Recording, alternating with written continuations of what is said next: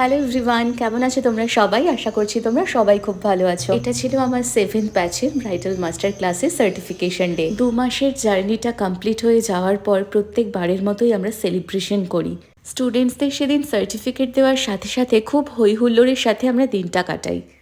তো cake cutting দিয়েই start করেছিলাম দিনটা। কিছু স্টুডেন্ট অ্যাবসেন্টও ছিল ওই দিন, তো কিছু কারণের জন্য তারা আসতে পারেনি। কিভাবে যে এই 2 মাস কেটে গেল বুঝতেই পারিনি। আজ এই ভিডিওর মাধ্যমে আমার কিছু অনুভূতি তোমাদের সাথে শেয়ার করব।